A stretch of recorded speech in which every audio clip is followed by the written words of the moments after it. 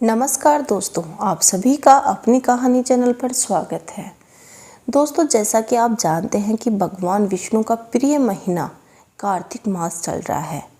ये भगवान विष्णु को अति प्रिय है और हम रोज़ इसका एक अध्याय सुनते हैं। तो आज हम सुनेंगे कार्तिक मास की कथा का 9वां अध्याय। तो चलिए शुरू करते हैं। राजा पृथु ने कहा कि हे मुनि श्रेष्ठ नारद जी, आपने कार्तिक माह के व्रत में जो तुलसी की जड़ में भगवान विष्णु का निवास बताकर उस स्थान की मिट्टी की पूजा करना बतलाया है, अतः मैं श्री तुलसी जी के महात्म्य की कथा सुनना चाहता हूँ। तुलसी जी कहाँ और किस प्रकार उत्पन्न हुई, ये बताने की आप कृपा करें।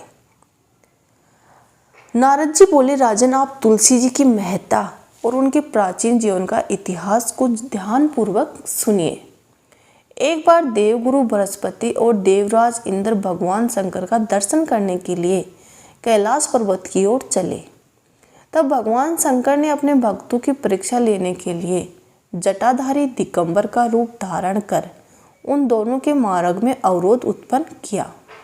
यद्यपि वह तेजस्वी, शांत, लंबी भुजा और चौड़ी छाती वाले तथा गौर वर्ण, अपने विशाल नेत्रों से युक्त तथा सिर पर जटा धारण किए हुए वैसे ही बैठे थे।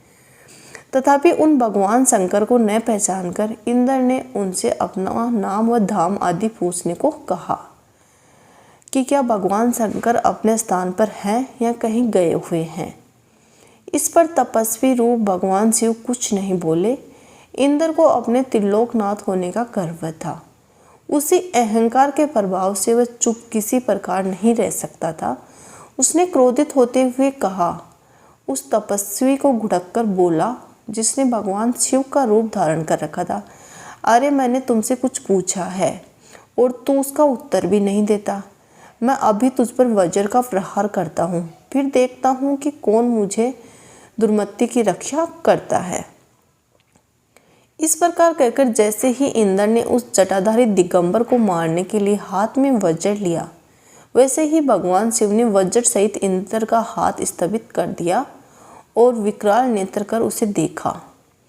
उस समय ऐसा प्रतीत हो रहा था कि वह दिगंबर प्रज्वलित हो उठा है और वह अपने तेज से जला देगा। भुजाएं स्तंभित होने के कारण इंद्र दुखित होने के साथ साथ अत्यंत कुपित भी हो गया। परंतु उस जटाधारी दिगंबर को प्रज्वलित देखकर ब्रह्मा जी ने उन्हें भगवान शंकर जानकर प्रमाण किया और दंडवत होकर उनकी स्तुति करने लगे।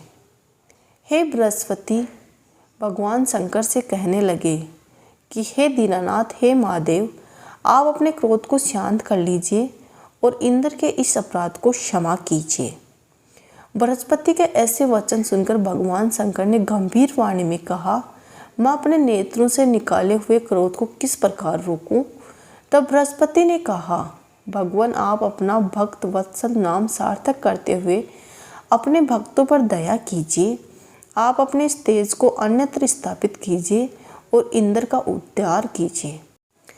तब भगवान शंकर गुरु बृहस्पति से बोले कि मैं तुम्हारी स्तुति से अत्यंत प्रसन्न हूँ।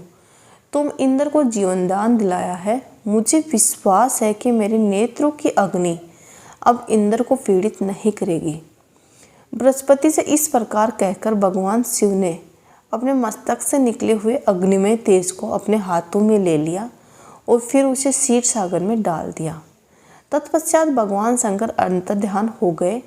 जिस प्रकार जिसको जो जानने की कामना थी, उसे जानकर इंद्र व बृहस्पति अपने अपने स्थान को चले गए। बोलो विष्णु भगवान की जय, बोलो शंकर भगवान की जय।